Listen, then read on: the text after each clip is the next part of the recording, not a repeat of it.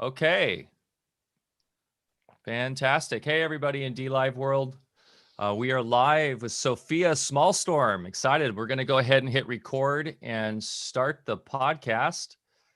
If you have any questions for Sofia, please put them in caps. And if they make sense, I will try to get to them. But we're really sorry we don't get to questions much because we get in the flow here. So anyways, I will hit record. Be nice to get to a couple questions today. Yeah. Because it's sure an important subject matter on everybody's mind. Agree. Okay, I'm going to hit record and we will fire this up.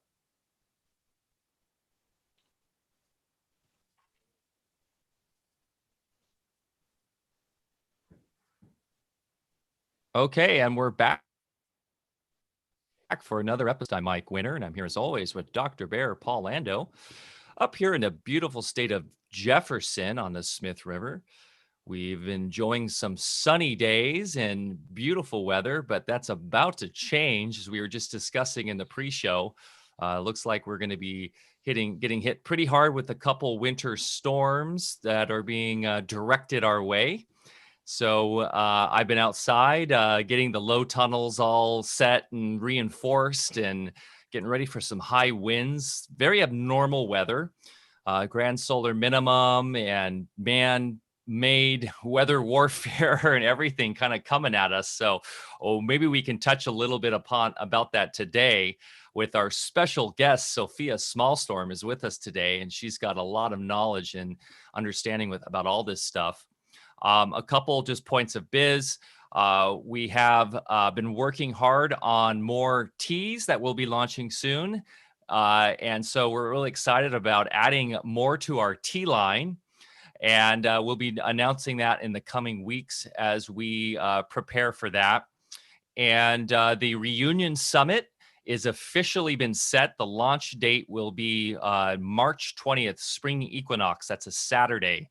Alfa Vedic, Josh Del Sol. We have people like Sayer G, Kelly Brogan, Andy Kaufman, Cal Washington. So many amazing people. Dr. Edith Binto Chan, Melissa Sell, Troy Casey. Just an amazing assortment of solutions-oriented thought leaders, and it's just been an amazing ride. So mark your calendars. We'll be launching that site, the Reunion Summit site, in the next couple of weeks. We're working on the trailer right now, and the entire site will launch, and that's going to be a free 7-day summit. It's all solutions-oriented. So today, I'm really excited about Sofia Smallstorm is joining us today, and she was recently on Higher Side Chats, and I just love that. She's been on there a few times, and it was just really hit home for me. Sofia, a lot of talked about there, and I look to expand upon that conversation and go even deeper. And in the typical Alfacast fashion, independent researcher Sofia Smallstorm joins us today. She's a graduate of Brown University and an independent researcher who has written and presented extensively on hidden agendas and complex events since her work on 9/11. In the process of researching that topic, she discovered the phenomenon of artificial clouds and geoengineering, or what we know as chemtrails. From this, she came to acknowledge the presence of a synthetic biology agenda in the activities that constitute everyday life. In 2013, she began researching corporate government, the legal doctrine of parens, patriae, if I pronounce that right, technocracy, and the smart control grid, and the impact this is having on public freedom and public health. We'll be ready to tackle all of this and more on today's show. I really look to dive deep into the current fourth industrial revolution that's being pushed upon us, or is known as the Great Reset. Everything that's kind of going on in the world in regards to technocracy, the control grid, the 3D complex that we are forced into when we incarnate here, and the solutions that we can develop, that we are developing, that we know related to our consciousness and our ability to and really control our own reality. Bear Lando, how are you today, sir? Doing great today, Michael. Good to see you. And Sophia, such a delight to have you here. I've been a fan of yours for a number of years, as I told you the other day. I forgot when, but it was a good number of years ago. I used to listen to your presentations. You've been one of those warrior voices early on, alerting the herds of what's being done in the skies and in our electrical grid. And boy, who thought we ever would have come this far? Back when I was first at it and you were, I don't think any of us, at least I didn't anticipate them getting to this point. And of course, what it required was to have a hypnotic overlay on the population in order for their, propaganda and grids and everything working in conjunction to continue the narrative that seems to have a lot of people duped right now, and much to our own peril. If you'll forgive just a quick tangent, and then Sophia and I, we've got a lot of questions for you and want to hear all about your work. And I know you've progressed, in the last year with everything. Treating bodies when you have somebody with what we would consider a serious illness. There's actually, what I found over the years, there's actually an overlay, like an electronic overlay over that body. And people that I witnessed overcoming so-called terminal diseases, a good part of what they had to do to overcome that was to really grow enough awareness internally to overcome that grid that becomes a prism that jades your perception and even directs your biology into areas of perception that aren't necessarily true. And, as I look at the population now, just in this mass Maya, not everybody, but, a good deal of the population that can't even look in the sky and recognize clouds from chemtrails. We have to understand the grid and all the things you know very well about have created, a mass impedance of our ability to just see things, as they are in a natural order.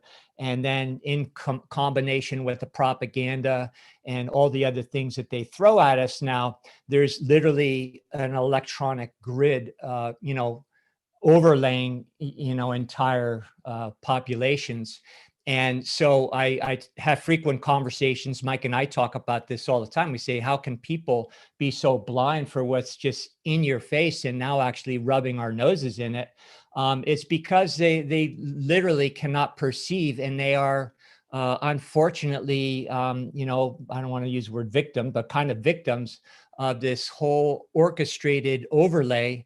And it really prevents them from really being able to take in information, to have a critical thought process about it and make up their own mind. And even when you do a huge data dump in order to substantiate, what you might want to discuss with them, they can't take that information in. So here we are. I believe that everything is purposeful, and there is a silver lining in this, and I'll save that for a later time. But again, welcome. Thanks for being here. So what do you see going on in the world, and where are we headed, and what are we going to do about it?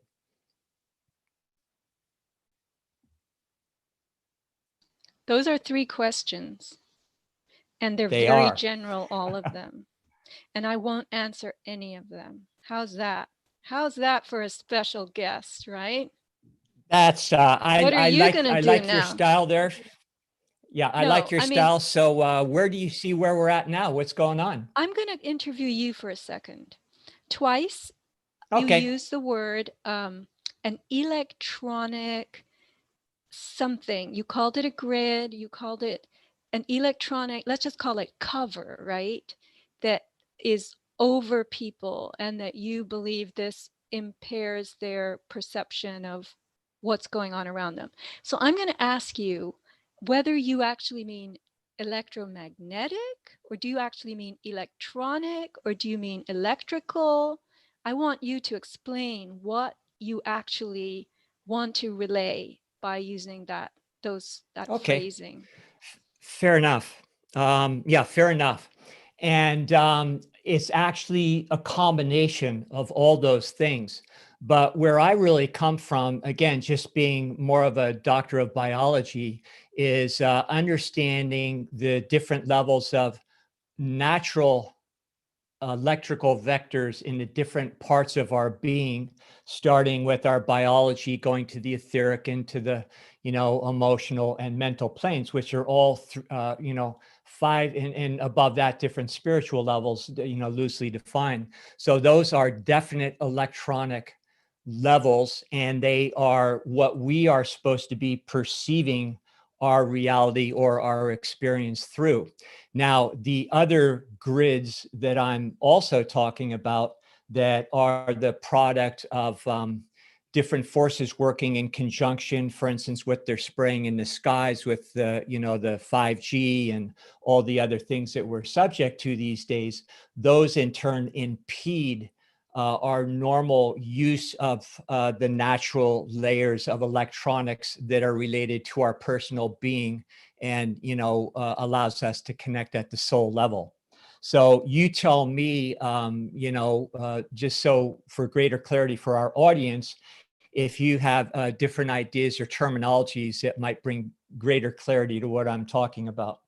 Yeah, all I'm trying to do is understand what you're describing and see if I've ever felt anything like that. So my translation, my effort at translating this would be that something rests over us, or we inhabit something, you could call it a layer, a grid, a cover, that compresses our experience and thereby compresses our being. And I know that everybody has had moments of a kind of personal, you could call it elation, explosion, expansion, where you feel like you've grown another 5 feet, right? I mean, if something wonderful happens, suddenly you feel very expanded and very open. So that compression is temporarily gone. And we often think that some external event caused that. And I think we fail to see that, no, we were able in that moment to take the compression off ourselves and to feel really bigger and fuller and more dimensional than we normally feel in our lives, right? Yeah, thank you. Articulated very well, and exactly what I'm alluding to. We could even go into more uh, definite terms that we use in waveform physics, and describe how compression fields work and exactly what you're describing, but I don't want to go there. That's a different discussion. So how, with your research, what do you see right now as being, the major problem perhaps that is affecting people's ability just to see what's happening? I think you already did it, but maybe if you could, elaborate a little bit more. I think that the major problem that most people share, it's a shared problem, is anxiety and fear of the future, and resentment and guilt about the past, and anger and irritation and discomfort as they live in the present. And all of this is perception. And I honestly think that the, fourth industrial revolution, the Great Reset, all this stuff that's being described to us and we're being warned about, and we're clutching our hearts in terror because we don't want to roll forward into all this. We all created this collectively. We all created this from our shared fear and anxiety and the way that we operate in our lives. Okay. Now I'm just going to mention something here. I bought a used car. Is that a bad thing? I bought it recently, and it was covered by the dealership with a 90-day warranty on performance. They're representing, selling me this car that I didn't know the previous owner of or anything, that for 90 days we guarantee this thing, right? So great, thank you. And this is a corporate owned dealership. It used to be privately owned, but now it's owned by a big, huge corporation that owns, I don't know, hundreds of car dealerships in America. So I noticed in the cold weather that when I drive this car down the road and I come to a red light, it kind of has a little bit of a rough idle, and then it'll sputter and almost stall and catch itself. It doesn't do it when it's warmed up. So I thought, okay, I have the 90-day warranty. Let me call them up and tell them to take a look at it. It's might be something I don't know anything about. I don't know how to diagnose it, fuel injection, spark plugs, whatever. So I called them up and they tell me, fine, drop the car off. We won't even be able to see it for several days. I said, well, shall I just come in next week? No, no, no. It's better if you drop it off now. I said, well, what's going to happen to me? I'll be without a car. Oh, we'll give you a loaner. I said, well, I have some issues with cars that are tricked out with radio frequencies. And, if you're going to give me a loaner that's got GPS and Bluetooth and Wi-Fi and all that, I won't like it. They said, well, we can't help you then. I said, okay. He said, if you take our loaner and we find nothing wrong with the car, we'll charge you $175 diagnostic fee. I said, well, that's not fair. You represented the car would function. I found a flaw in it. I'm bringing it to you and you're going to charge me $175? And he said, yes. What am I going to pay my technician who finds nothing wrong with your car and takes his time? And I said, well, I don't want to pay you $175. And I said, this is the problem, that you're corporate owned. A corporation is not a living thing. It doesn't understand anything except profit. And then he tells me, I don't have time for this. So I said, all right, let's forget all about it. And he said, no, no, I'll help you. We won't charge you. And I said, yeah, but you won't look at my problem for 3 days. I said, forget about it. I'm not coming to you. I'll forget about this warranty that you've offered me, and I'll go to the people who normally fix my car. And I called them up and they said, yeah, just watch the car. Don't worry about it. Bring it in if there's a problem. And you know what? That's the wavelength I'm going to operate on. I'm going to simply anticipate. This is the operative word. What do you anticipate in the future? Anxiety, fear? Or do you anticipate, hey, maybe there's not a problem at all? We can't roll forward with the kind of thing the corporate-owned dealership was trying to do to me. Do you see what I'm saying? Or is it a stupid example? No, I see. You're extracting the corporate control dealership as the corporate country, the corporate technosphere. I see the analogy. And why not get a 81 Ford Bronco and fix it yourself? Well, the thing is, then he started telling me, you bought a used car. You bought an older car. And I said, I was ready to say, don't talk to me like that. But the point is that they wanted me to be fearful, waiting for their decree, possibly having to pay $175 because I was a bad girl and I brought them something that doesn't even have a problem. And the other people just said, don't worry about it. Just bring it to us if there is a problem. And I said, good, I'm going to forget about them. So we always have choices and we can decide whose playground do we want to play in. There are a lot of people who are upset now because their YouTube channels are being canceled. I never had a YouTube channel. I never had one because I knew the day would come when it would be canceled. And this way I would avoid the problem altogether. Right? So but isn't there a little bit of a paradox there, because you had to look to the future to know that that would be happening? So then there you have the paradox of dabbling in future, negativity or potential attacks or whatever, and to be able to navigate not going into that future possibility. There's nothing negative in that future. It's me just saying, look, I prefer not to put myself through that disappointment or stress or loss of whatever. Some people have lost thousands of videos. So I'm saying the simpler your life, the better. That's my motto. And you can navigate whether you want to regard the past with resentment and guilt if you did something wrong and shame, or look upon the past with gratitude.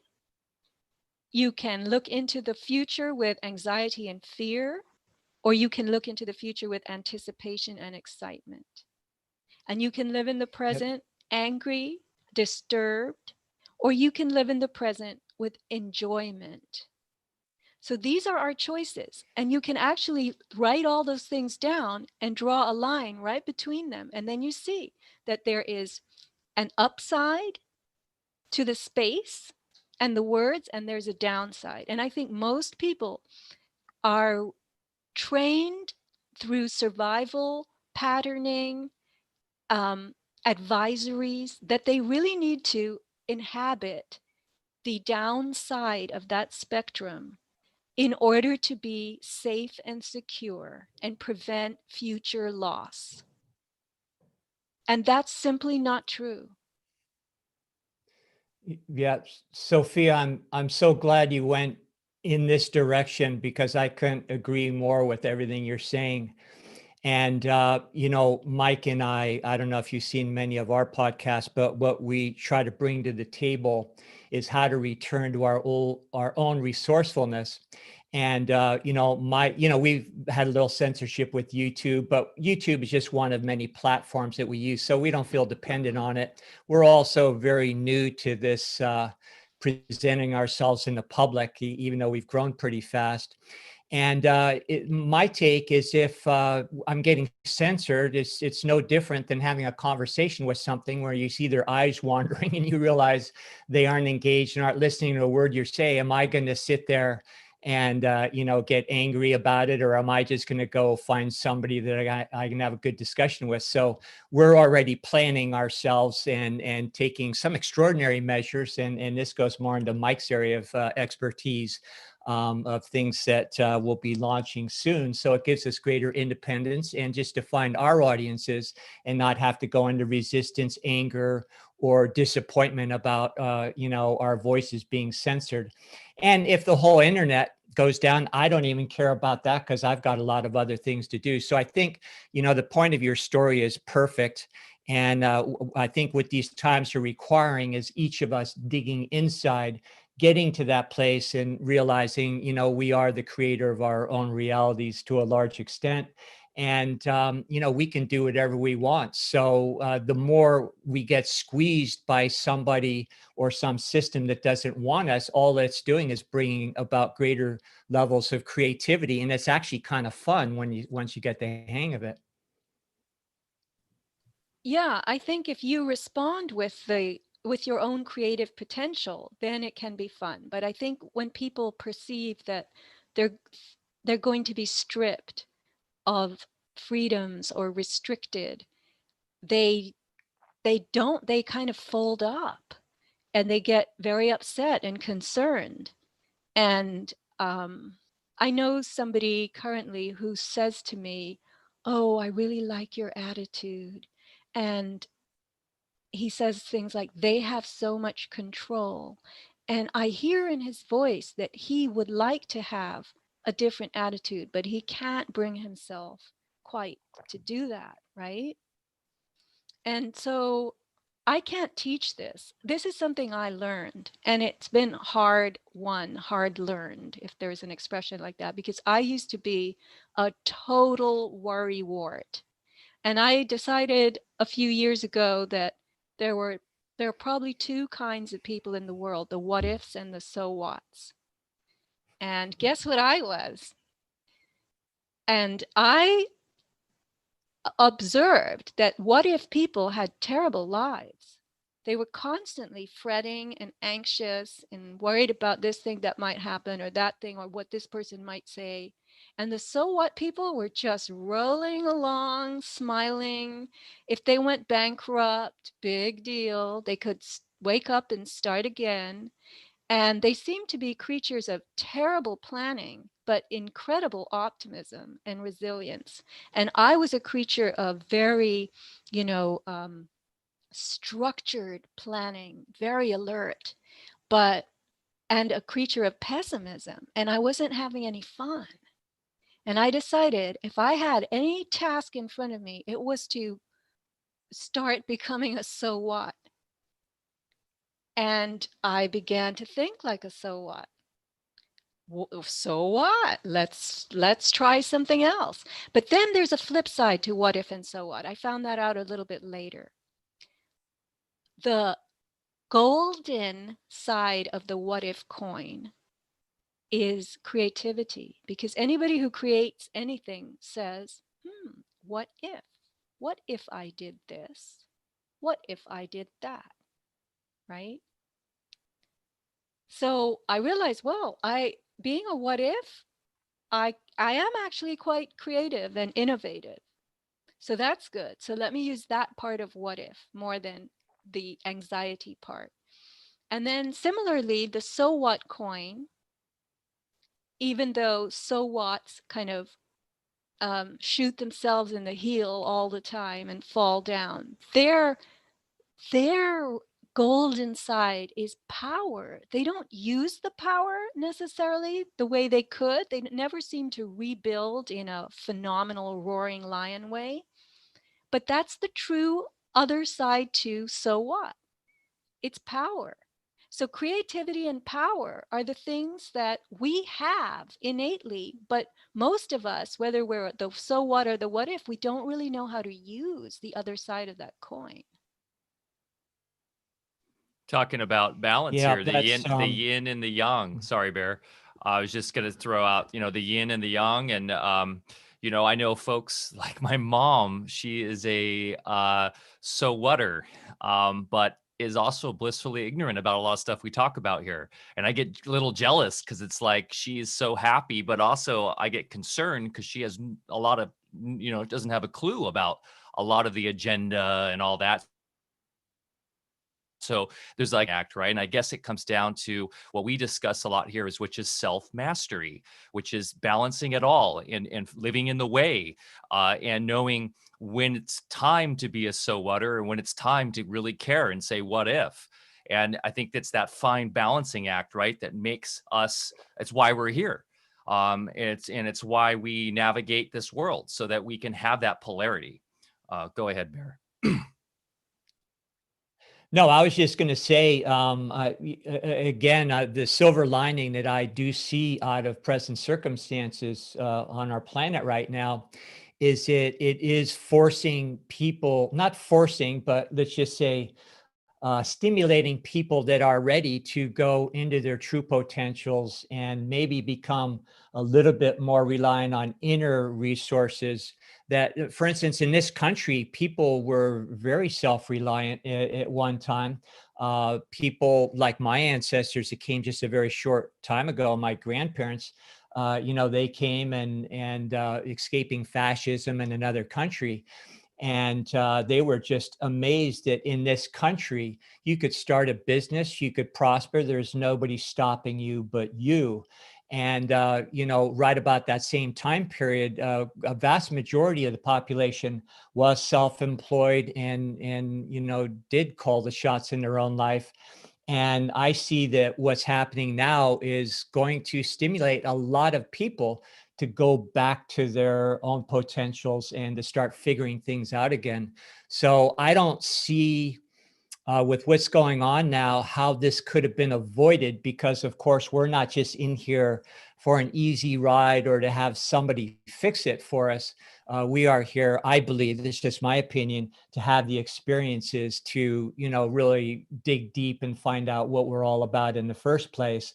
And, sometimes we get a little complacent, when we have it a little bit soft or are always looking at other people to fix things for us or provide jobs, provide our food.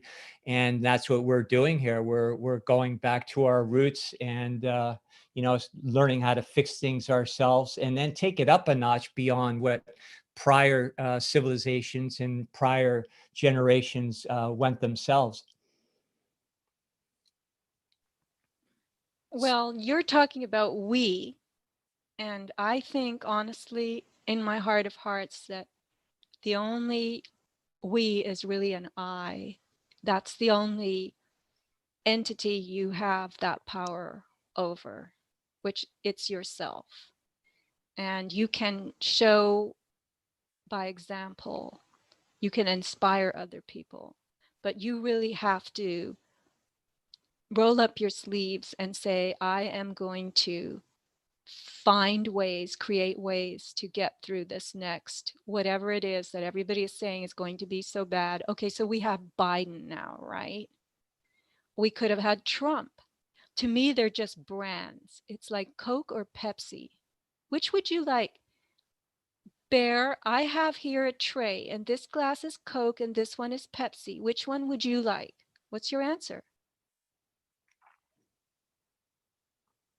What is your Yeah, answer? and Sophia, I know that you're very well aware of the whole corporate versus sentient being dilemma we have, where people have been kind of duped into accepting liabilities through a piece of paper by way of their birth certificate. Another whole subject matter we get into a lot here. And again, this is an opportunity for us to return to the roots of this country, where everybody was an individual. And your point is very well taken when you distinguish between we and I am, and the operative two words there are, I believe, are I am. But as each person taps into that center within themselves, it does create a sort of resonance, I think, which is bringing a lot of us together that are going to that place. Here we are talking to you. Mike and I found each other. We're talking to people all over the planet that are coming to the same conclusion. Yeah, it's up to me to clean up my own backyard. And now, that creates a great commonality between kindred spirits that I think is creating a we, but it does start with I am, unqualified by any other thing, which will allow us to go in and really tap into where we're supposed to be in the first place. Coke or Pepsi, Bear? Coke or Pepsi? You still Oh, didn't sorry. choose Did I not answer your question? I No, don't you do didn't either, choose your but drink. let's say Pepsi. Exactly. You don't do either one. So you turn away from the offering, right? And when it comes to finding your path, I'm going to now speak in realities, not all these abstracts. So are you familiar with the human capital market? Yes, I've been following that a lot lately. It's quite treacherous and frightening in some respects. And where did you first learn of it? I learned of it actually from through Sayer G's interview with I'm blanking on her name right now, to Philadelphia. Alison Alison McDowell. McDowell. Yes. Well, I learned about the human capital market from Alison McDowell also a few months ago, and I wrote about it in a newsletter, and I started doing shows where I would reference this human capital market that has already begun. And Alison is the one who's really underscored, and she's extensively plumbed the many, tentacles of this octopus. So the question is, in this reset, as they take down the cross section of population that has been engaged in self-employment, as you put it, Bear, small businesses, small business owners, and the people who work for small businesses, as those people are being economically crushed, there's going to be a solution that will be offered by the state itself. And it will be, as I understand it, retraining. So the truck driver who is deprived of his job because, wireless self-driving trucks will be doing all the transportation of goods, he will be told, well, look here, you can retrain, you can become something else. Would you like to be a nurse? You worked nights, you drove those rigs at night. Why don't you become a night nurse? Or here you could try this career or that career. And people, if they're not creative, they're going to say, yes, all right, fine, I need a way to pay the bills. So they'll take the suggestions that are offered to them. Those suggestions, I'm speaking very simply here, maybe I'm oversimplifying, but as I understand it, those suggestions will come with a device, like a free phone with an app on it, and you will be encouraged to partake in this behavioral ledger, because this is legacy for future generations. What we decide in the Great Reset, how to reconstruct ourselves and our lives, will spill out and benefit our decisions, provided we make all the right sustainable decisions, provided we accept coaching from the state as to what is correct and sustainable for the future. These behaviors, if we offer them as a record to Google, there's something called the Google Self-Ledger. This is a record of your behavior voluntarily given as you make every little move in your life. So here you are rebuilding your life. You're going to the market, you're telling the self-ledger what you're going to buy at the market. The ledger is prompting you, or the app is prompting you and saying, well, you know, why don't you buy this kind of food instead of that kind of food, this brand over that brand, because it's more sustainable, it's safer, it's healthier. And we don't know the meaning of any of those words really in this context. But as you make those correct choices, you will be given a dribble of cryptocurrency in your account, a reward, and you will be conditioned. So the idea of moving forward with their help, using their apps and their prompts and having their social worker hold your hand and walking into one of their careers that they have mapped out for humanity that has been destroyed and traumatized by economic and, you know, emotional ruin. If you do it that way, you are going to end up a different kind of person altogether, doing a different kind of job with a different kind of consciousness and tied to the blockchain. You will have a digital ID. And pretty soon, who knows if that digital ID will be greater than you even are in your warm body in the way that it moves through the world, right? So these are decisions that we have to face, and we have to say, do we want their help, or am I going to be a truly independently creative person and figure it out myself? Yeah, and they'll even have futures. Well, they already do. So they have futures investments based upon basically gambling on what this individual will be doing, what they'll be working as, what they'll be buying. And that's essentially taking this human capital market is the future in terms of how the value metric of the quote unquote digital currency will be placed is literally on the gamification of every single human being on the planet through a virtual overlay. And so AI, virtual reality, this all plays into it. And I see in the end, the idea is that we're all into the simulacrum, literally a matrix type world where we don't even leave our home. And that interaction is all done in a virtual environment.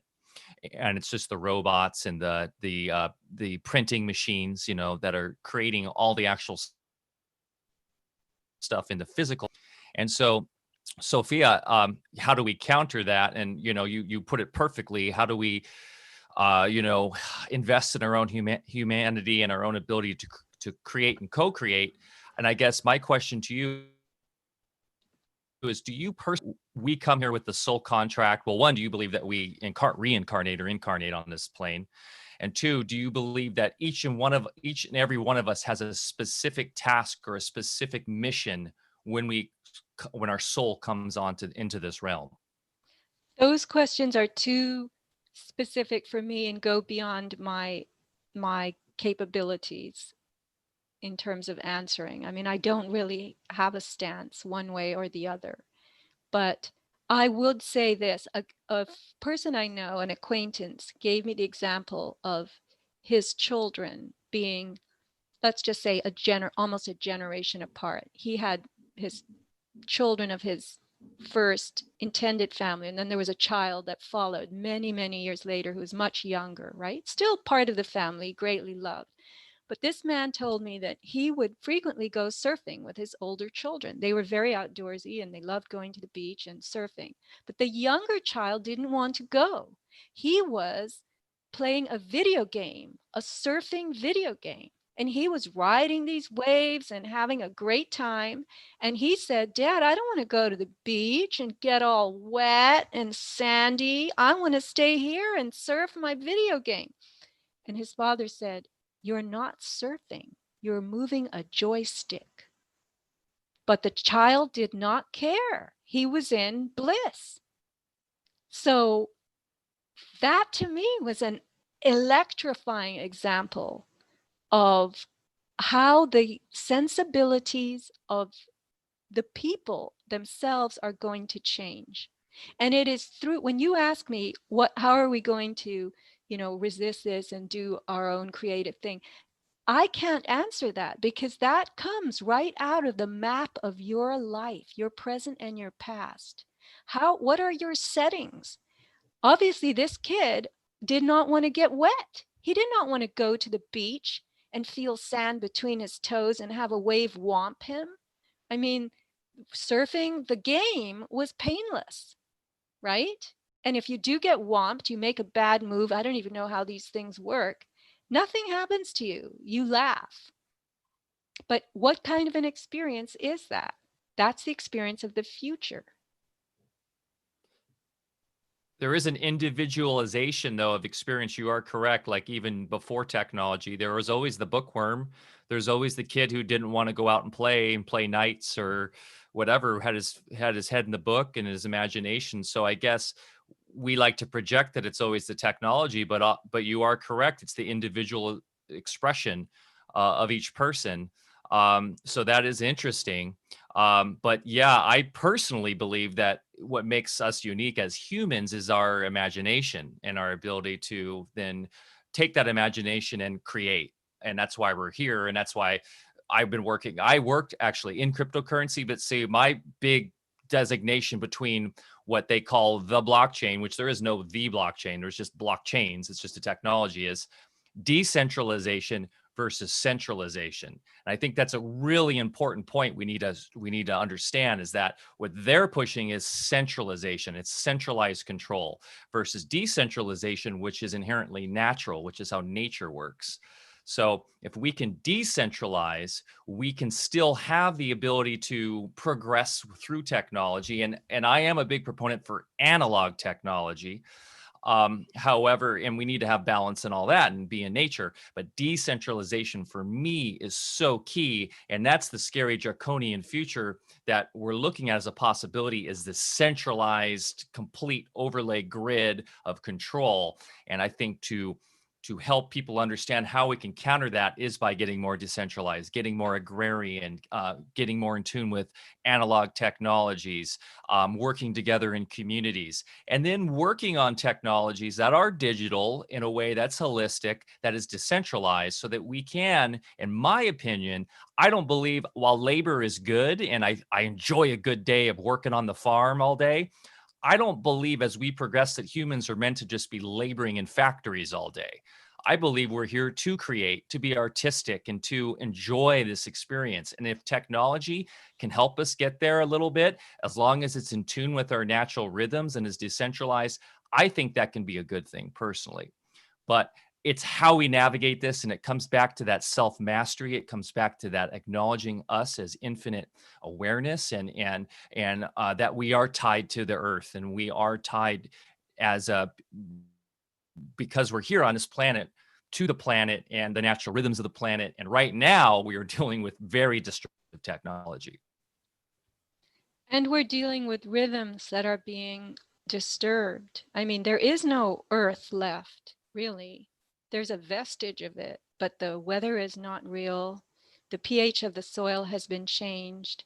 The roots of the trees have been, weakened. Forests are falling down. There is a very good book that's out of print now called The Dying of the Trees by Charles E. Little, and it was published in the 90s. A lot of people interested in the effect of aerosol spraying on biological life, flora, fauna. They have read this book, buying up used copies online. But I actually spoke with the author, who's a very old man. This was several years ago, and he hadn't heard of geoengineering. And he had only looked at the dying of the forests in the context of industrial pollution, and then certain kinds of infestations of, like, gypsy moths and whatnot, bugs. which happens when something is already dying. It gives off a resonant frequency of what I call sepsis, decomposition, decay, and then the little critters of the trophic chain that know how to render something that's dying into fertile material to feed the chain all over again. The borers, the fungi, the bacteria, they come and descend on something that's dying. So that's why you get infestations of insects, because something is already sick and dying, right? So Yes. Yes, Yeah. thank you. Because right now I work in Thank the volunteer fire department, and we had the Port Orford cedars, which are disappearing up here.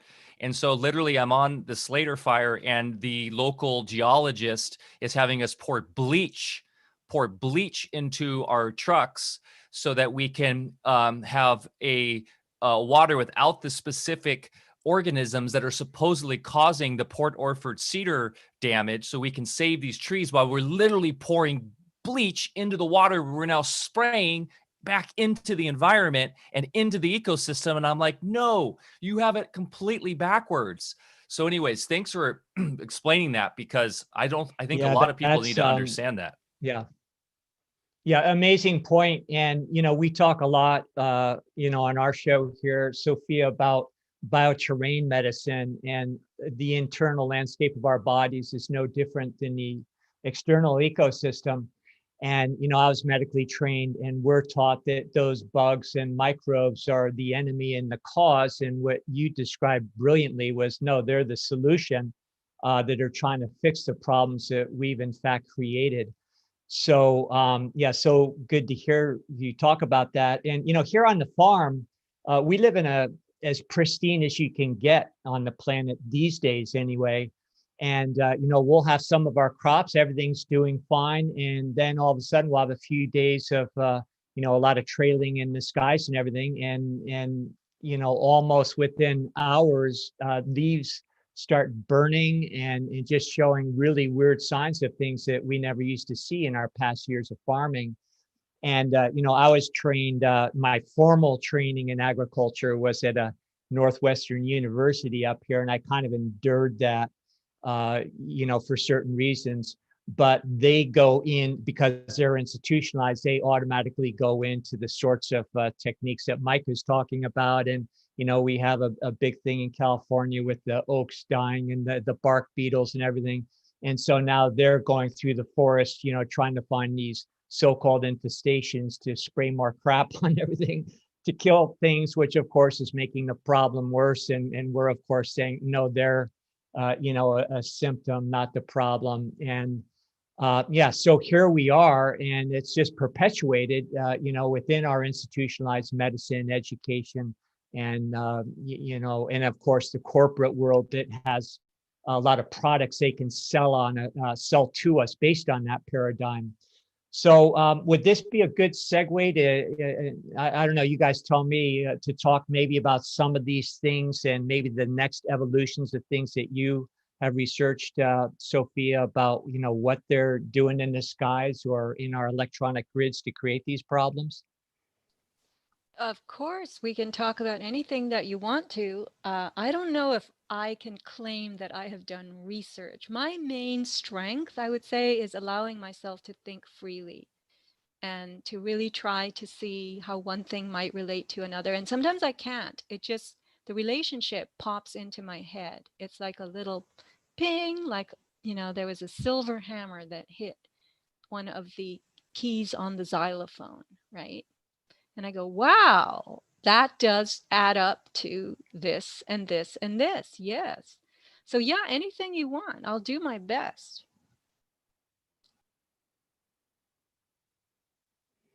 Okay, so let's maybe just help people understand what's in the skies. Do you want to talk about that and how it's contributing to these problems that we're talking about right now with the vegetation and the forest in our planet? Well, sure. I mean, they started right now in my skies, there's nothing artificial that I can see, but that doesn't mean that components of what was done yesterday and the day before aren't there. So, whatever you put in the air that nucleates, and this is electromagnetic. I'm about to put 2 videos up on my blog explaining the 4th state of water, Gerald Pollack. And I had read a lot of Gerald Pollack material and my head just would spin. I didn't really even understand that the 4th state of water is the crystalline state. And anything crystal has conductivity and has the power to, let's just say, draw electricity, electromagnetism. It lives in the electromagnetic world if it's a crystal. We live in the electromagnetic world as well, but crystalline material engages electricity and electromagnetism differently, right? Purposefully as well. So the air contains dust particles and salt particles, and those are hydrophilic, meaning they like water. So atmospheric moisture will gather onto a dust or salt particle. And if enough of these droplets that form collect, then you get a cloud. Now, Dr. Pollack explains that clouds don't form without some kind of electrical attraction, that there's a charged state to these droplets that come to the condensation nuclei, the little particles that draw them. And hydrophilia means love of water. Hydrophobia means unlove, dislike of water, right? So anything hydrophilic, he says, is potentially electrical. Anything that loves water. And the water in our cells is not ordinary water. It's a gel. It is the 4th state of water. So I have learned that the cytoplasm in the cell, now if you picture an egg that's been broken open, the yolk is the nucleus, and literally it is. The egg is the biggest cell that exists. And the cytoplasm, the white of the egg, is the egg white, is the cytoplasm. So the cytoplasm of our cells that equates to the egg white in an egg has to be negatively charged in order for the cell to be vibrant and thriving. And when the cell loses negative charge, which is the presence of electrons, those little electrons, when you were talking electronic, Bear, I believe you were saying containing electrons, being, moderated by the presence or absence of electrons. So the cell cytoplasm has to have available electrons in order for the business of life, metabolic life, to be transacted. And without enough electrons, the cell starts to wither and fail and fumble. And the job of the mitochondria, which are these little organelles in the nucleus, which are non-human, by the way. Mitochondria have nothing to do with they have their own DNA. They derive from ancient bacteria. And they are, there's a conduction of language, electrical language, between the mitochondria of our cells and the carbon metabolites made by the bacteria in our gut. So there's a language spoken between what's living in your gut, what it produces, and these mitochondria in all your different cells. And that is being collapsed. Now, the other day I thought of something very radical. I have heard this said a couple of times by people far more trained than I, and it's hard to believe. Do you know that when you get a bit of bad news or something terrible happens, instantly the good bacteria in your gut just keel over and die? Boom. They die. And the pathogenic bacteria go, yippee, good, good, those guys are dead, I can thrive. So what does that tell you? It tells you that you mustn't react with shock and horror and dismay to bad news, right? You must be a so what. You must let it roll off your back, because if you Allow too many of those bacteria to die in your gut and stay dead. Pathogenic bacteria will grow and they will take over your internal system. Did you ever hear that before?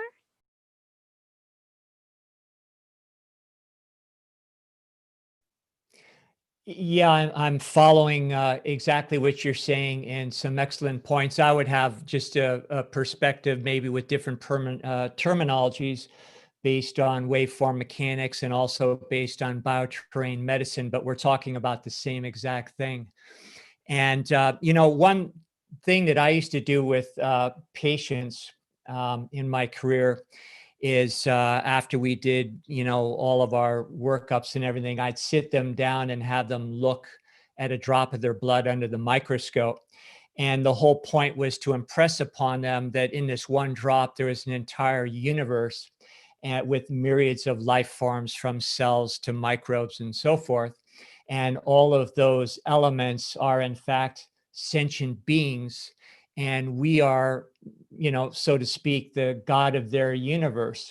And if we are letting fear, just say lower toxic emotions and limiting thought forms habituate in our consciousness, then that has no choice but to reverberate through all those cells and organisms and create great damage. So what I would, attempt to do in a conversation is just say, maybe we need to learn how to be more benevolent gods of our own universe and not do these things to these little creatures in there that are actually making biological life in our body possible in the first place. And I think if people just understood more from that perspective, that everything we do, think, and feel has consequences to our own biology by first acting on those elementals, is we need to rethink the way we behave.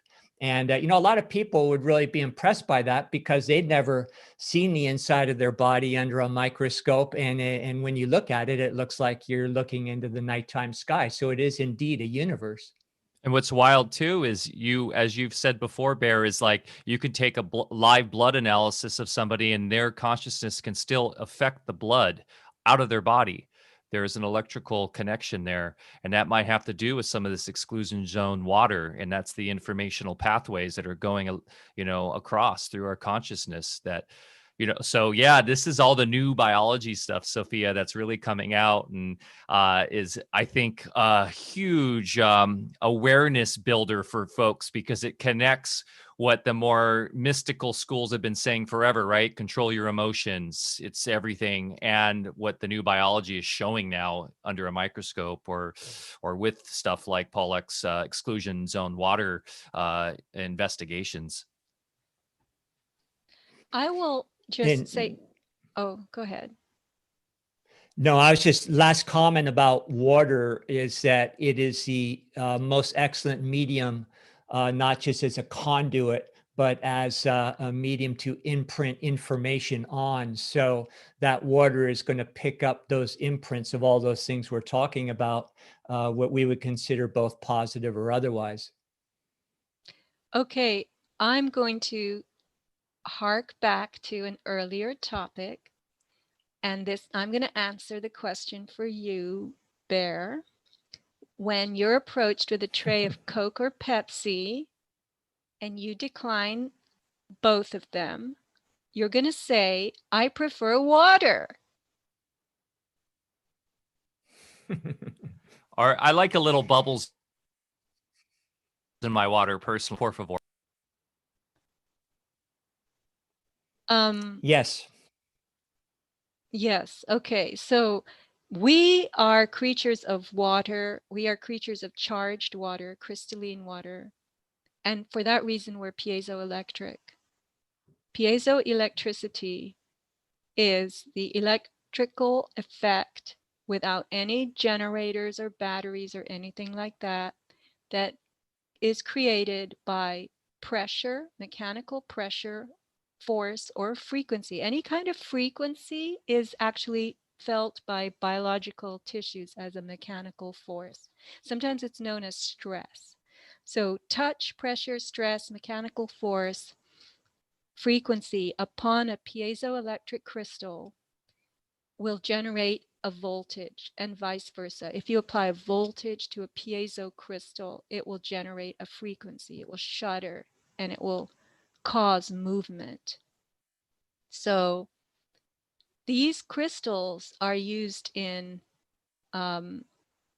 they're used in microphones. They're used in a lot of different technologies, even simple technologies like a Bic lighter. When you flick a Bic, your thumb actually squeezes that little trigger, squeezes a piezoelectric crystal, which kind of says, ow, because it's experiencing stress or force. It's like being punched. And it releases a voltage, a spark, and that ignites the fuel in the lighter. So our body's biology is very dependent on piezoelectricity. We have many piezoelectric materials in us. We have many crystal forms of materials in us. Piezo crystals, I learned, and I don't know enough about this, are particular crystals with a kind of lattice-like molecular arrangement. So not every crystal is a piezo crystal. But piezo crystals are very, very responsive to voltage and force. And I believe that current researchers are not looking carefully enough, closely enough, or understanding enough about the piezoelectric effect in the body.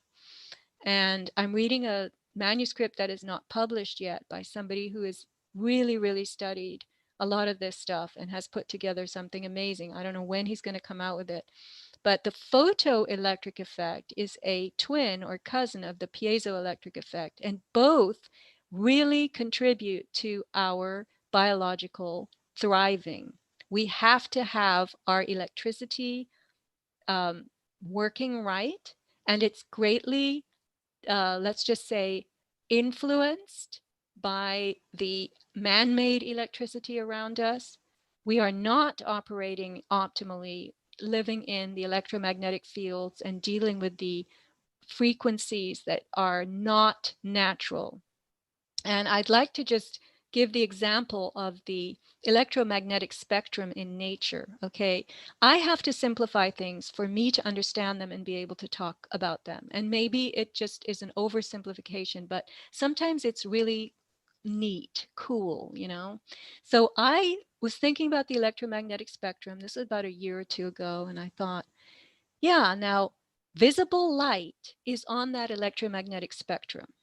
And you can look it up and you can see where visible light is. And obviously we're accustomed to visible light. It doesn't bother us. We see it, right? We know how to use it. But the parts of the spectrum that we are really in tune with are it's the very low end. It's the frequencies between 0 hertz and 40 hertz. The Earth's natural electromagnetic field runs very low. And a frequency, if you put it on, it's how many dips the wave has per second. So that's called a Hertz cycle, dips and crests. So our brain likes 7 to 12 hertz. We can tolerate 30, 40 hertz in certain equatorial thunderstorms. We do okay, but that's not the kind of range that we're usually in. Your cell phone, your Wi-Fi, all this electronic stuff is operating at 1 billion hertz, the gigahertz range, 2 billion. Wi-Fi is 2.4 billion hertz. So imagine a mechanical force of billions of cycles per second hitting your cells when it's only used to 7, 10, or 12 cycles per second. Your poor cells are getting very disarranged, but you have 75 trillion of them. So it takes a while for enough of them to fail in enough systems that you start to capsize. And that's why people are not noticing the effect of man-made frequencies on their bodies. So now let's go back to the spectrum, the electromagnetic spectrum. We're used to what's at the bottom part of the spectrum, and we're used to visible light. And until technology showed up, there was nothing along that spectrum that existed in our lives. It was just empty.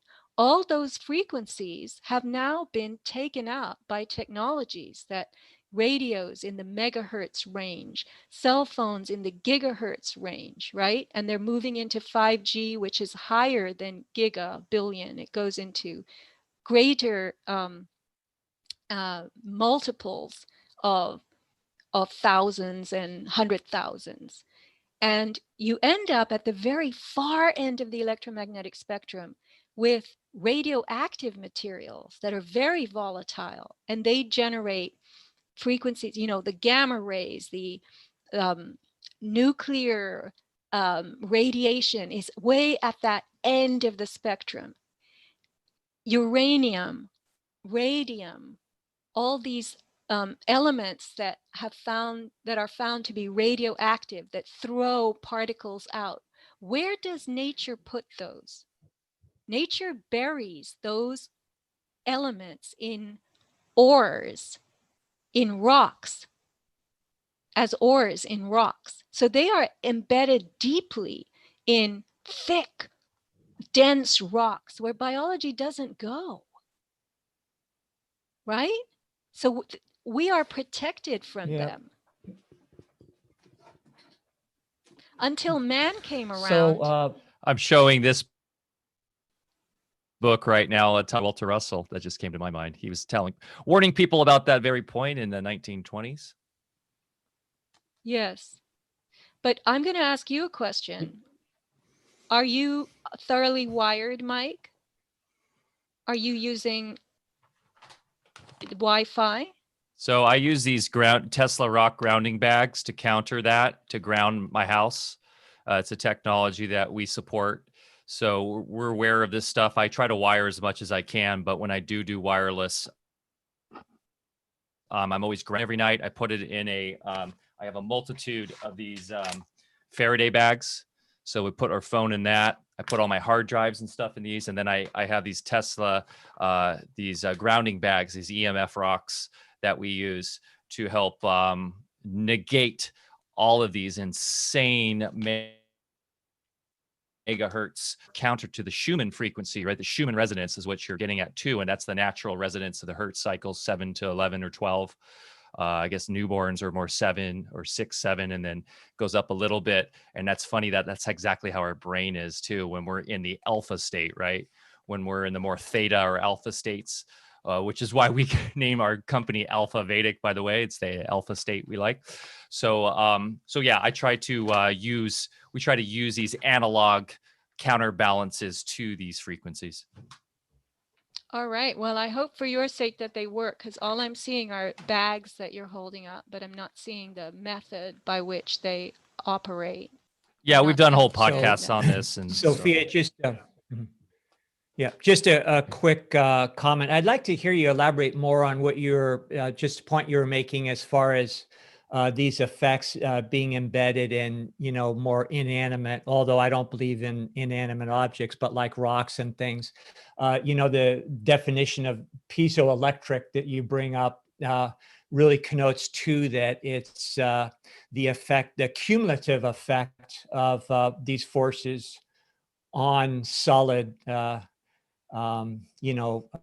things. So piezoelectric would mean that, we are getting a cumulative effect also. Now, what Mike was just talking about, those bags, those are we found very effective to buffer things within close proximity, and they do help quite a bit. And they're, a very low tech, convenient and economical means to do that. Now, for people that are trained to do so or aware of, well, let me ask you, are you aware, have you ever looked into biogeometry? Because biogeometry really takes us apart on another whole level and allows us to not just try to create buffers, but to create conditions that will bring in the natural resonance, we'll just use that term loosely, that very much overcomes all of these things. That's what I use in this house. And, that's what I do, for other folks that, have those concerns. We can go into a home and redo their home so that their electronics don't affect them the same way. And even going beyond that creates, the natural resonance that you would find in nature, in the earth itself, that keeps them healthy and not just buffered. So there are fortunately some brilliant people, especially I think Dr. Kareem and biogeometry and other related fields that are doing that right now. And that's why, I've, after years in medicine, realized, we had to go on to the next level of those technologies, understand them and become adept in their use, because it's really the only way, that we can give ourselves these little oases of, freedom from these cumulative effects that you're talking about. Yeah, well, I just heard of biogeometry very recently, and I have not looked into it. The person who was supposed to send me all these links didn't do it, and I haven't had the time to sit down and explore it myself. But yeah, I'm hoping that we don't just obtain an oasis, a break from this kind of barrage or assault, that we actually can move through it into another way of living. I mean, we have to do that individually and by example. That's all I can say. I don't like to engage in any kind of interaction with wireless devices. I don't like it. I don't even want to touch one of those black phones, the scrying mirror Apple phones, unless I absolutely have to. And people constantly, when you meet somebody, they'll hand you their phone. They want you to put your number in it or your email in it. And I say, I don't touch those things. And then they get very surprised. But this is a habit now. We are moving into increasingly technological ways of living. And I have a theory that's very kooky, but I think we are springing into another kind of orbit, another kind of orbital existence. And there are some of us who don't want to go, and we may not go. I don't know. That's all I'll say, because I see too many people gravitating into this without any kind of concern. And I feel that these assaults, from what they're spraying in the sky to make the sky a plasma, to make it conductive, to mess with the weather, the pH of the soil, to render the trees rootless. A friend was telling me that the forests around where she lives in northern New York, the trees are just upending and falling down. And these giant trees should not have such weak root systems, but they do. And they're losing their foundation. And this is, it's a metaphor for everything. We are losing our foundations. And human beings, especially, it's being shown in their catapulting degenerative health conditions, their inability to sustain vibrancy. Yeah, we have longer lives, but we don't have longer lives because of medical advances. We have longer lives because of hygienic advances.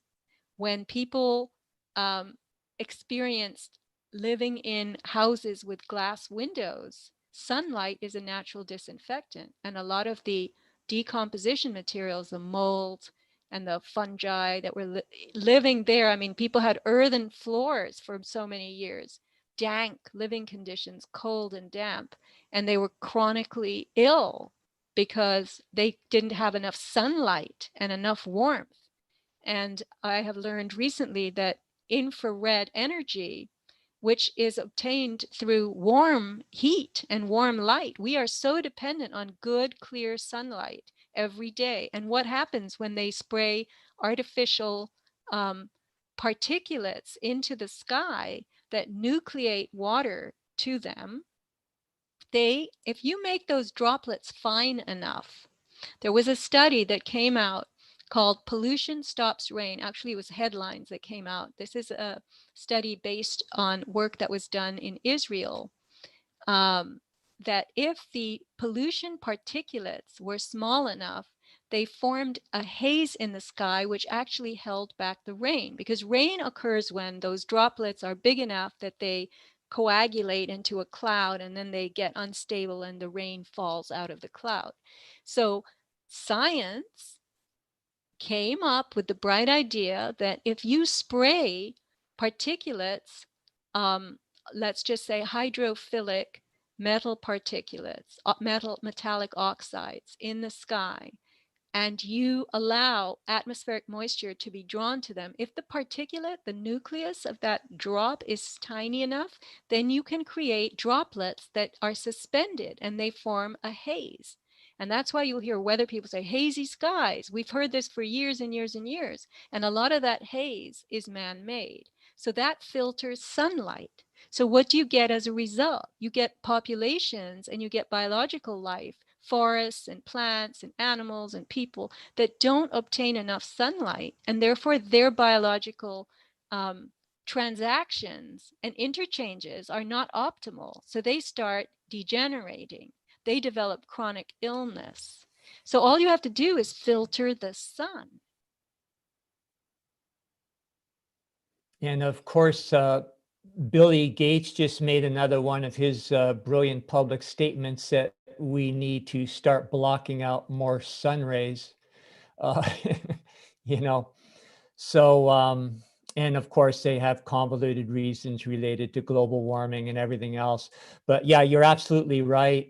You know, in the advancements in longevity that people were making for a while because of improvements of hygiene and so forth are no longer you know, as effective, and life expectancies are now plummeting once again. So, you know, what gains we did get for a while are all getting undone.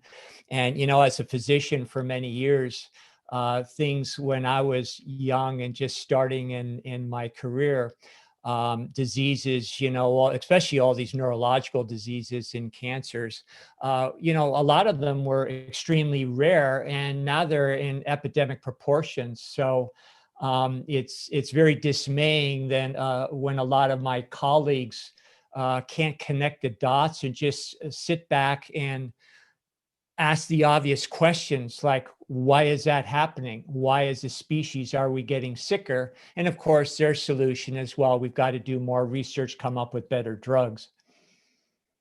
Well, also, there's this great fallacy of history that we talk about a lot, Bear, that there's like this idea that we are at the apex of our civilization and longevity, and then humans used to only live, you're lucky to live to 40.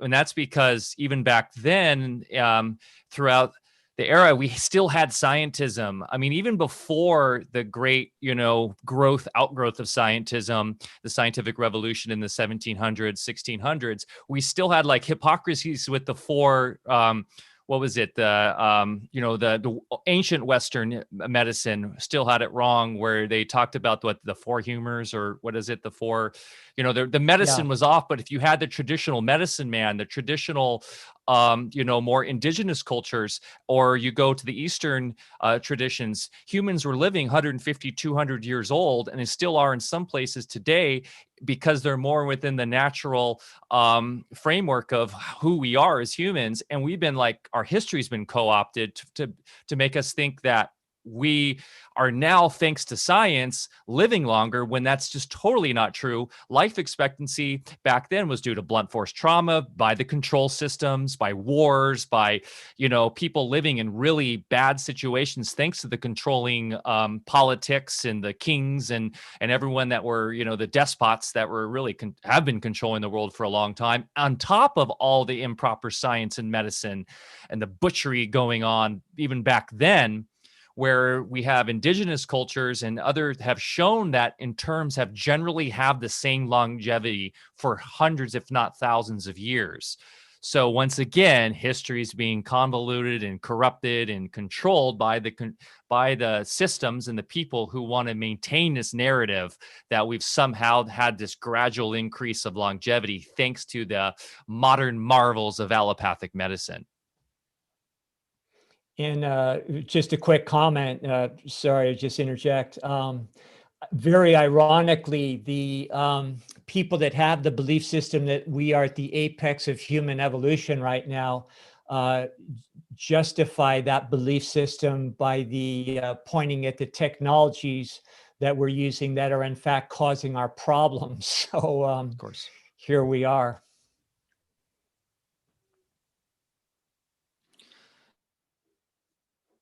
Yeah, Sophia, you have an amazing way, as you say, to simplify things. And one thing I really love when you were talking with Greg in the higher side chats on the last one you did is you did an amazing job of like breaking down microbiology and everything with pleomorphism and stuff we talk about a lot and our audience is very familiar with, but you just have an amazing way with words. And I was really enjoying how you explained that all. And, right now we are in the age of the CV. And Arthur Furstenberg, who you may be aware of with his Invisible Rainbow book, has a very good way too of explaining how, as you're saying, these electrical, these synthetic or these anti-nature electromagnetic waves that have been brought forth from radio, these higher hertz, cycles have caused great harm to our biology, and he's shown that with radio in World War I, how that led to the Spanish flu, and now where we are today, it seems like we do have some sort of global crisis, if you will.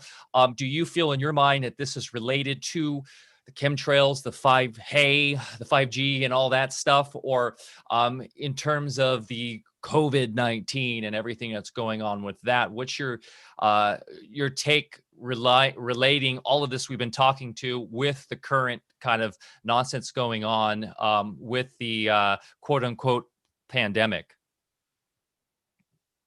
Are you asking me? There was a word that glitched in the Skype, a global something. I heard you just said pandemic, but you said something else and that word glitched. So, I mean, my internet is now not stable because I'm in a rural area as well. So we sorry guys if the transmission here isn't the best. I mean, the gist of my question is, you've made a great case on this talk today that that our health is imperiled due to not only the particulates in the air, but because of the artificial frequencies that we're dealing with. In your mind, is this relating to the current global health crisis that we're seeing, or is this more of a political event? What in your terms is going on right now with the COVID stuff? okay, we have a global health crisis, but it isn't related to this pandemic. This pandemic is a pretext. It's taken over from global warming. Global warming, we were told, sustainable. You have to do this, you have to do that. You have to cut your carbon footprint. You have to shrink your life, become as small as possible, as inoffensive as possible to the planet and to nature. And now what has taken, I guess that didn't work too well because people still drove their huge, Chevrolet Tahoes, and they didn't care if it cost $100 to fill it up. So or the politicians flying their jets all over the world. But yeah, go ahead. Yeah, so now we have COVID, and you've got to shrink yourself and stay away from people and don't show your face, and be as thoughtful of others, and don't go near anybody old or anybody young. And I mean, I'm surprised they're not masking our dogs and cats. But this is all about sustainability. Be safe, and be healthy, and be sustainable. So their definition of health is completely the opposite of anybody else's definition of health, in my opinion. And it's all about what are you willing to do in this madness? How far are we willing to yield and comply and that kind of stuff? I don't know, because there are no laws. I have to tell you what I just discovered by complete accident. And I'm going to read you the article, but all right. So did you know that in 1976, President Gerald Ford, remember him? He signed the National Emergencies Act. And that formalized the president's power to declare an emergency just because he felt like it. So did you know that today, there are like 34 national emergencies that are still going on. And this last one only just joined the list. And when the president snaps his fingers and declares a national emergency, and that's all he has to do, he doesn't have to prove it, he just has to declare it. It expires within 1 year unless he renews it again, or the next president renews it. So did you know that the Iran hostage crisis is a continuing national emergency all these years later? And it's been renewed by 6 different presidents every year. Did you know that? Do you remember the Actually, Iran I hostage did. crisis? Yep. Yeah, that was a very interesting point in history too. And Jack Ford, the son of Gerald Ford, lived across the street from me. I was in graduate school in Utah, and so overnight, when he took over, Jack's house was surrounded with Secret Service people. So anyway, yeah, interesting time period. Yeah, it almost makes you think that they're all in on it, right? Listen, I'll tell you why they renew it. The Iran hostage crisis of 1979 has been renewed 39 times by 6 different presidents. Do you want to know why? It's because you can't sanction a country unless you've declared some aspect of it a threat to the United States and a national emergency. There's some national emergency relating to some situation in Burundi that Barack Obama declared in 2015. There's another one that has to do with North Korea that was declared by George Bush in 2008. These are all constantly renewed, and nobody talks about them. So we have a national emergency now by declaration. And Trump declared it, and Biden's definitely going to renew it, right? And that's all it takes. But now we have an emergency situation, but that doesn't allow laws to be made outside of the legislative process that relate to these emergencies. But the president has declared a national emergency, and that's all he needs to do to make it so. Yeah, So I learned that there are And lawsuits. Sorry? Yeah. No, I was just going to say, of course, these emergencies are perceived and acted upon based on the interest or the perceived threat of the against the interest of U.S. Incorporated, nothing to do with the constitutional republic. And then I was going to say also that this relates to COG, continuity of government, and then now it allows them to then route into private, unelected bureaucracy, military, corporate military to literally run the country. But go ahead, Sophia. I would add that the emergencies that have been declared because they become catalysts for social change. That's why they declare these emergencies, right? Look at the social changes that have happened since COVID was declared a national and global emergency. The behavioral changes, the obstruction of human faces, such that nobody is able to read anybody's intention properly. And I'm going to predict that the day will come when to show your full face will be considered indecent exposure and punishable as, indecent exposure is punishable today. There will be laws against it, perhaps. So we have to get away from that. We have to not all tumble forward into that world.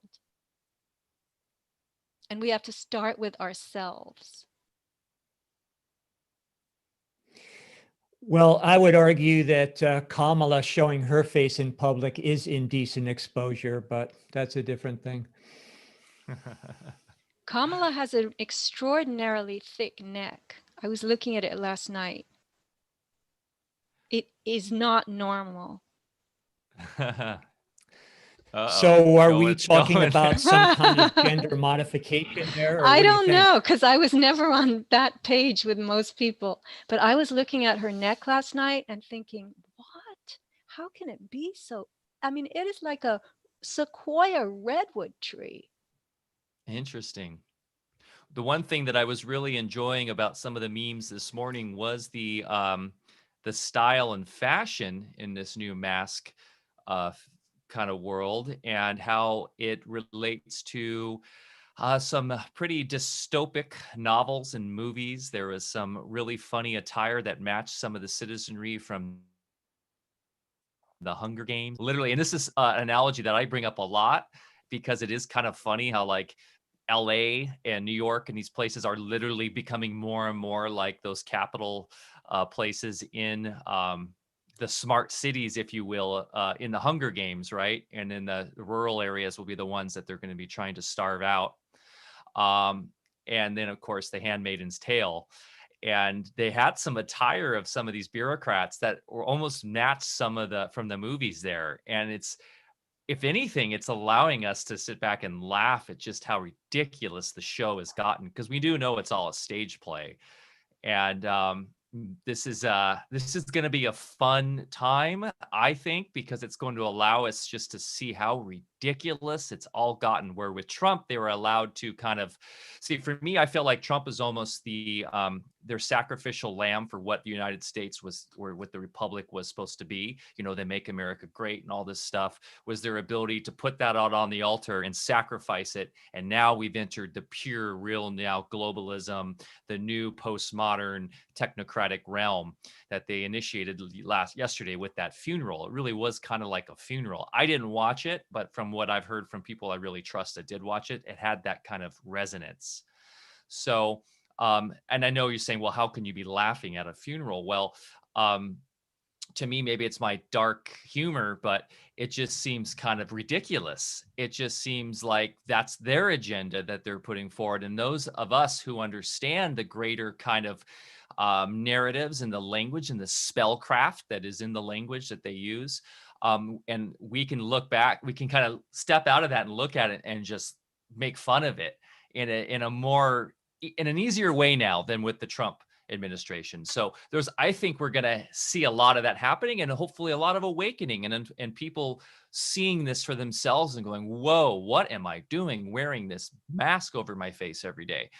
So there's always that flip side, I personally feel. And I feel like there is a lot of people kind of coming out of that brainwashing and that stupor, and waking up to this.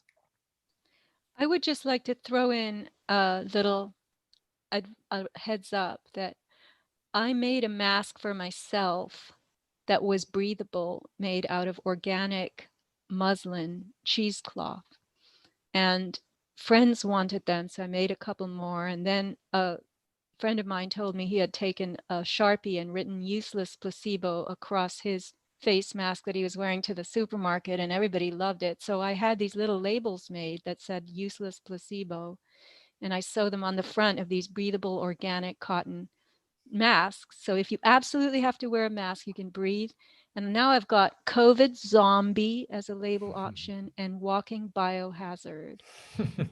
And I can't believe I'm sitting here. I have a little cottage industry going, making these masks. So if anybody wants to get one, if you absolutely have to wear one and you aren't allowed to exercise your free will against this, you can order it from my web store, but it's only orderable by mail order. So there's a form. You will see it on avatarproducts.com. To the right, there's a little image and you can see the picture, and there's a downloadable form. So that's how it works.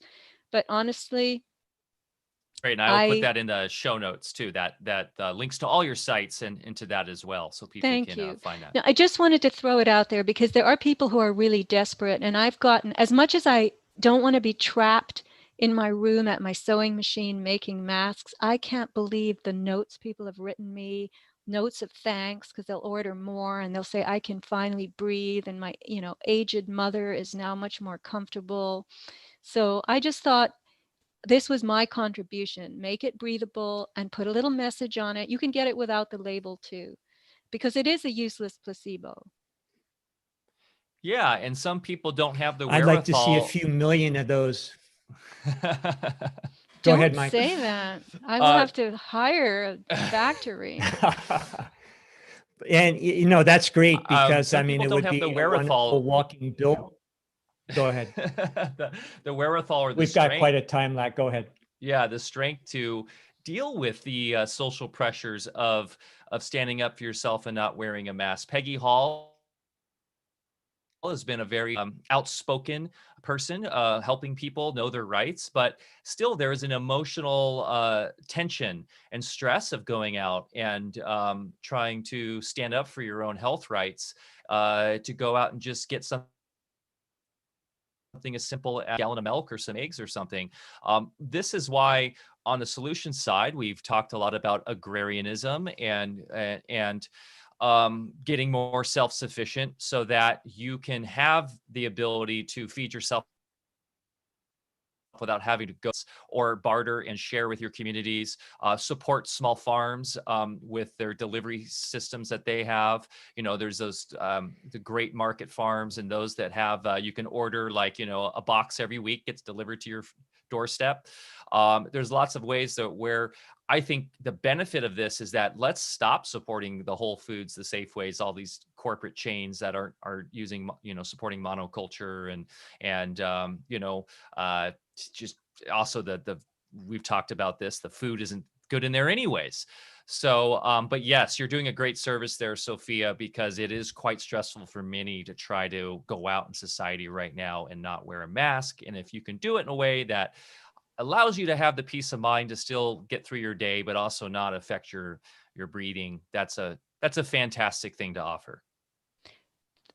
Thank you. I just wanted to say I did call the headquarters of Trader Joe's in Southern California. I thought it was in Pasadena, but I think they moved it. And I told them that I used to go to Trader Joe's on impulse. I'd go 3 times a week because when I went swimming, I would pass at Trader Joe's or whatever on the way home, and I'd stop in and I'd buy a few things. And you could just kind of freshen up your pantry and your refrigerator and cook on the fly, you know what I mean? The spur of the moment. And I don't do that anymore. Now I have to psych myself up to go there, to stand in line. And invariably, I'm the only one who doesn't put on my mask until the very end of the line. And I'm usually putting it on as I'm walking in, and they're urging me to pull it up higher, ma'am. You have to pull it up all the way, right?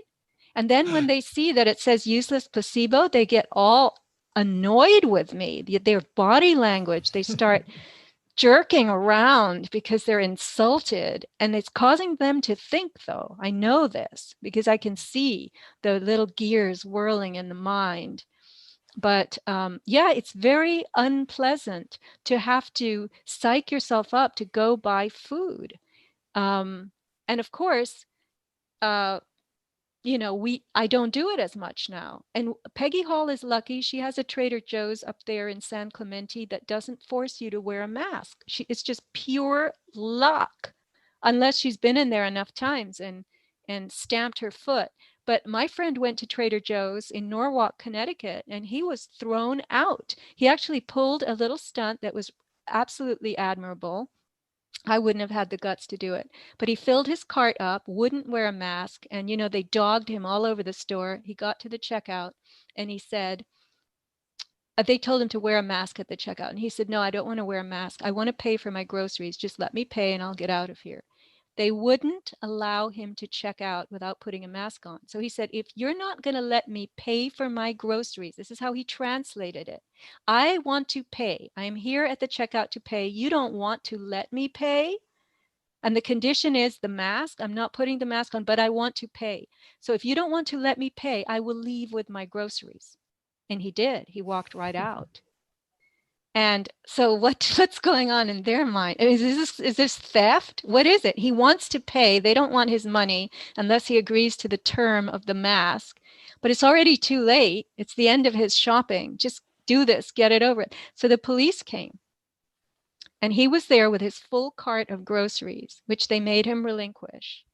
And he conducted this masterfully, but it has been pulled off YouTube. But the miserable police just kept repeating that they were doing their job. That's all. This is my job. Yep. Right? So you can't explain to them that apparently the way Peggy Hall construes it and others,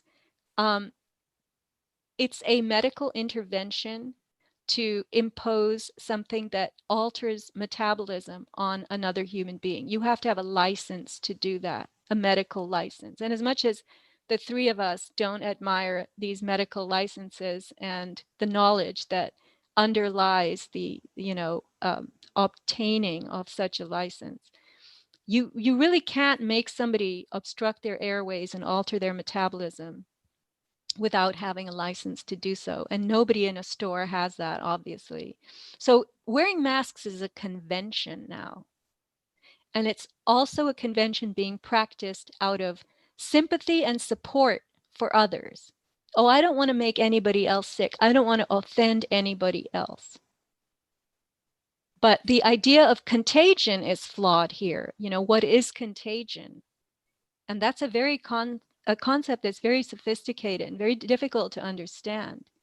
But these pieces of cloth around our face, obscuring what are going to be our identifying features, to make us all, what a friend of mine suggested the other day, and she might be right, that they're going to circulate among us robots that look like human beings made of rubber. And apparently glass eyes, if you go to Madame Tussauds waxworks and you look at the eyes, they can be very well made, they're very, they can convince you that it's it's a real eye. So maybe we will be infiltrated by rubber robots wearing masks, and we'll never know because they won't have those nuances of facial expression. They'll just have the blank stare in the eyes, and they'll be talking mechanically at you. Invasion of the rubber bots. Totally. Yeah. And, Trader Joe's, I'll just say this, Bear. I've had problems with Trader Joe's for a decade. I always tell people, well, it's like the total virtue signaling place. I'm going to Trader Joe's because that's so hip. Meanwhile, everything's pre-packaged in plastic. It's got microwave directions on all their produce. Most of the stuff's not organic. It's, so I've been having problems with Trader Joe's for years, and good riddance. I hope they go bankrupt because enough's enough with that company. Go ahead, Bear. No, I was just going to say, who would have believed 20 years ago after 9/11 that we'd still be taking off our shoes and belts and going through checkpoints at the airport? So obviously we see where they're headed as far as making this a permanent social engineering feature. Going back to your story of, your mishap with the car people there. We do that ourselves. We don't get into town. We are a little more self-sufficient than most people, so this won't work for anybody. But there were a few places that we went into town when we, did go there. And the people that absolutely require a mask, we just don't go. And so what was empowering about it is my wife, myself, we get home and, one of the places, unfortunately, was our local health food store in town. And we just said, okay, what do we get there? What's really essential? And we found ways around it to get those needs met other ways. And, we'll never shop there again. So I think the sooner that a lot of those establishments join the woke and broke, crowd, that is one way that we can deal with it. Not by resisting, fighting, or arguing, or doing anything other than just saying, okay, that's fine. I just won't come here anymore, ever.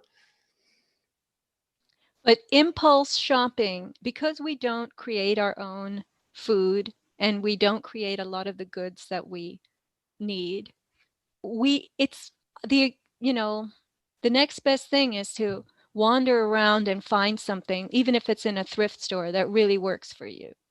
Okay. And we don't have that freedom anymore. So we're stuck at home having to create things, which isn't so bad. I'm making my masks, that's it. That's my life now, making these masks. And I also make cell phone shielding cases, by the way, on my store. So what will life be like 20 years from now? Where will we be going? What about this mRNA vaccine? Will we be taking it? I have learned, I don't know if this is correct, but I happened to also see a post on it that looked pretty official. Let's just say, not from an agency, but it was a part of a study or something, that the COVID swab is tipped with an element called technetium, TECHNETIUM. And this is apparently a radiopharmaceutical. It's used in tracing, the way thallium is used in dyeing agents, tracing agents for imaging. So this is my theory, my 2-cent theory. Okay, so they want you to take this COVID test constantly, every couple of weeks. They want you to be swabbed, which is very humiliating, to have somebody jab something up your nose into that nasal palate, which is apparently also right up against the blood-brain barrier. So if you jab against that blood-brain barrier enough times, what are you going to do? You're going to bruise it and injure it. And if the thing you're jabbing has this it's radio pharmaceutical tracing. I mean, it's even isotopes of technetium are radioactive. But if you keep jabbing the blood-brain barrier with this technetium tipped stuff, what happens? The technetium is going to go through the bruised area into your brain. And if you take that test enough times, this imaging material is going to be swimming around in your brain, so that when you walk past one of their sensors in the future, they have an image of your brain. Right? Am I just a sci-fi writer here? Oh no, that makes I don't sense. think so at all, because there's been evidence of that for a long time. And in fact, we're alerting people, don't get the test, because you're probably getting exposed to things just through the testing process. And then another Billy Gates story. The other day, I read an article how he's bragging how they're working on developing genetically modified tomatoes that will actually be able to deliver the vaccine when you eat them. So another good excuse for people to start a home garden, I guess. Yeah. I mean, I will say this, because I've had a lot of concerns with the testing, and I think there are different tests. And like my wife, they just use regular swabs, like out of what they use for anything, and then they send it in. So I think it depends on the kind of tests that you're getting.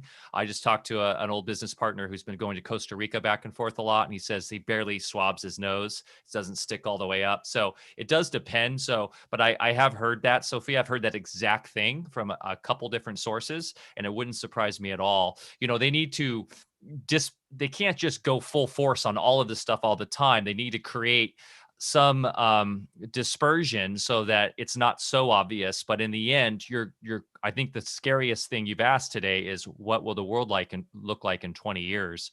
Will Main Street exist anymore? And really, it comes down to I think there's 2 divergent paths right now. I think there's those that, like us, that are saying no more. I'm going to do everything in my power to get back to nature and to get good with myself and lead by example and develop new systems, like with the summit we're putting out. And I think then there's those that are the herd that are going along with the plan. And it's going to be interesting to see how those divergent paths, how that works. Are we going to be literally hunted down by the drone bots coming and looking for us? Is it going to be something like that Matt Damon movie where everyone on the planet Earth is in squalor while the elites live in this like crazy paradise planet above the Earth? Are we on flat Earth? Are we on a globe? I mean, it goes in so many places, but I do see this kind of divergence right now of people going, I don't want to go that way, I'm going to choose this way, and the other is just the herd going along. So interesting times. We're in interesting times. Yes. Well, thank you. It sounds like we're wrapping up. Yes, this has been a really fun talk, and you brought up so many amazing points. And I know people have been on the chat, been taking notes and saying they've been learning a lot. And to find out more, of course, I did drop some links in the chat, but if you want to follow Sofia, she's got an amazing mailing list that you can subscribe to. She puts a lot of effort and work into these. And you can go to Sofia Smallstorm is it .com, correct, Sofia? Yeah, that's the independent URL, but I do not have a mailing list. I have a newsletter that is That's what I meant. I'm actually the sorry. most old-fashioned thing you could imagine. It's a personal newsletter. It's not that I copy and paste articles from the internet. It goes by snail mail. It's really a knitting together of my thought processes every month, and there are different topics. I range widely. Somebody who just renewed, I've got people who have been with me since 2010 when I started this, and they've been getting this thing every year, and it's mailed through the mail, so you get a hard copy. There are people who take themselves out to dinner. Well, you can't do that anymore, but it's like the dog who you give him a treat and he goes by the fireplace on the soft rug and eats it there.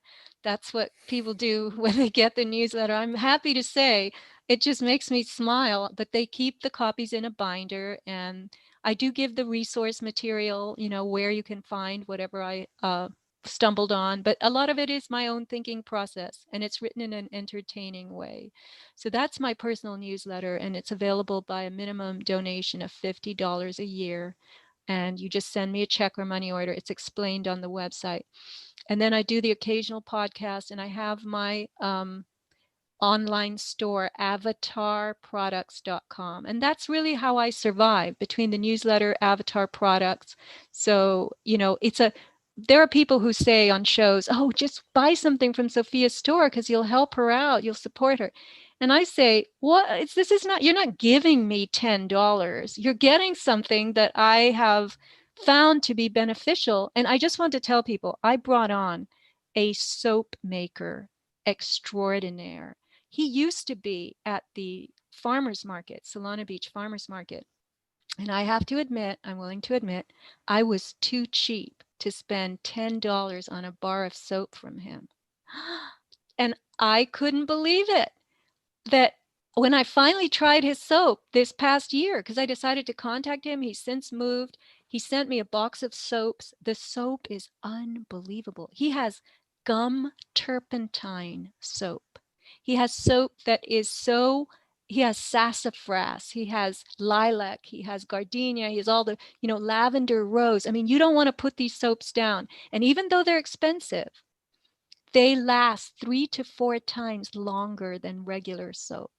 And I have to say, in the winter, my skin itches because I swim in a pool, and then it's very dry out and cold. And when I get into bed at night, sometimes I have to get out of bed and put lotion on everywhere, my back, my legs, my stomach. I have not had to do that in the last 3 weeks that I've been using this guy's soap. I have not had to use body lotion. So what he says about being super moisturizing is actually correct. I found it out for myself. So please look at the soaps. I featured them on the front page of Avatar Products. I'm bringing in a huge array of them now. And there is a 3-4, you save a little money. And then we're going to have the grab bag, where when I change the line, which I'll hope to do frequently, everything that's left over from the previous line will go in the grab bag, and you can get 3 for $25. These are amazing. I can't stop talking about them or smelling them. That's great. I'm going to go check those out myself. And the neat thing is it's all these independent creators and producers. We grow things and then make things out of what we grow, and that helps finance ourselves. So we have good products and a service, and then it keeps us in a position where we can get out the same way you're doing. So Sofia, thanks so much for being here again. And, one of the true blessings of what's happening is that it is bringing us in contact with remarkable people like yourself. So keep up the good work. Let's stay in touch. And thank you once again. Thank you. I enjoyed it tremendously. Thank you both. Thank you, Sofia. And thanks, everybody, for watching. If you enjoyed this discussion, give us a like, a follow, subscribe. You know what to do. Share with your friends and family. And please support Sofia. That sounds like a very very fair transactors. She puts a lot of work into this. So that's fantastic. And those links will be in the show notes below. Thanks, guys. Get outside, get your hands dirty, go grow something, go for a wonderful trail walk in nature. She is the best healer. Love you, and we'll see you next week. Cheers.